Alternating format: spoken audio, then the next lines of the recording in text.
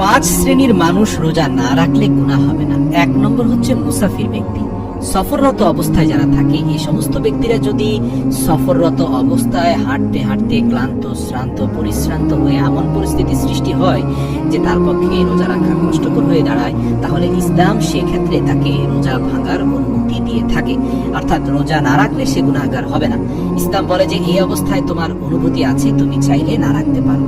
তবে একটা জিনিস খেয়াল রাখতে হবে যে বর্তমান জামানায় যে সফরগুলো হচ্ছে, এসি গাড়িতে, এসি ট্রেনে অথবা প্লেনে, এরকম সফর কখনোই মানুষের রোজা পরিপূর্ণ করার ক্ষেত্রে বাধা হয়ে দাঁড়ায় না। 1400 বছর পূর্বে রাসূল সাল্লাল্লাহু আলাইহি ওয়াসাল্লামের জামানায় মানুষকে মরুভূমির তপ্ত বালির উপর দিয়ে হেঁটে হেঁটে সফর করতে হতো। তখন কষ্ট, যন্ত্রণায় এবং পিপাসার্ত অবস্থায় তাদের জন্য রোজা ভাঙার অনুমতি ছিল। কিন্তু বর্তমান প্রেক্ষাপটে আমাদের সফরগুলো খুবই আরামদায়ক হয় বিধায় সেই ক্ষেত্রে রোজা ভাঙাটা সীমিত হবে না। হ্যাঁ, যদি পরিস্থিতি হয়ে যায়, যেমন অনেকের বমি হতে পারে অথবা মাথা ঘোরানো, অসুস্থ হয়ে যাওয়া, সেই সকল ব্যাপার হলে ভিন্ন অনুমতি তো রয়েছেই। কিন্তু আপনি যদি আরামের সাথেই সফর শেষ করতে পারেন, তাহলে অযথা রোজা ভাঙতে যাবেন না। কেননা আল্লাহ তাআলা আপনার পুরো পরিস্থিতি অবলোকন করছেন, তিনি আপনার পরিস্থিতি সম্পর্কে জ্ঞাত। দ্বিতীয় নম্বর হচ্ছে, কোনো ব্যক্তি যদি অসুস্থ হয়ে পড়ে অথবা আগে থেকে অসুস্থ রয়েছে, ভয়াবহ রোগের কারণে কোনোভাবেই তার পক্ষে রোজা রাখা সম্ভব নয়, তবে ডাক্তারের অনুমতি ক্রমে তিনি চাইলে রোজা না রাখতে পারেন। তবে অবশ্যই সুস্থ হওয়ার পরে তাকে রোজাগুলো আদায় করে দিতে হবে।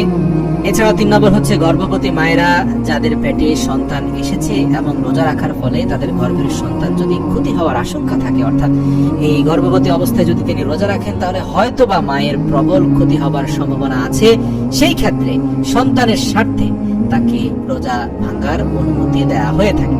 তবে সাধারণত গর্ভের প্রাথমিক অবস্থায় যদি মা খারাপ অনুভব না করেন এবং রোজা রাখার ফলে তার যদি ক্ষতি না হয়, ডাক্তারের পরামর্শ ক্রমে যদি তিনি ফিট থাকেন, তাহলে রোজা রাখাটাই ভালো।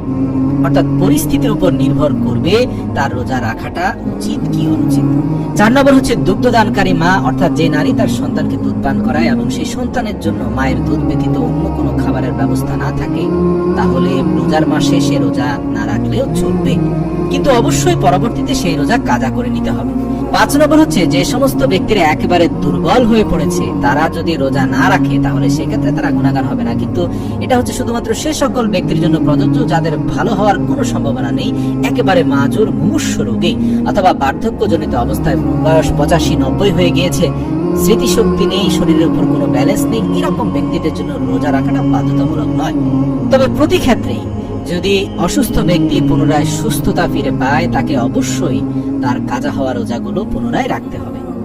মহান আল্লাহ আমাদের ভিতরে তাকওয়া পয়দা করুক এবং প্রত্যেকটি ক্ষেত্রে আল্লাহর ভয় অন্তরে রেখে সিদ্ধান্ত নেওয়ার তৌফিক দান করুক। আমিন।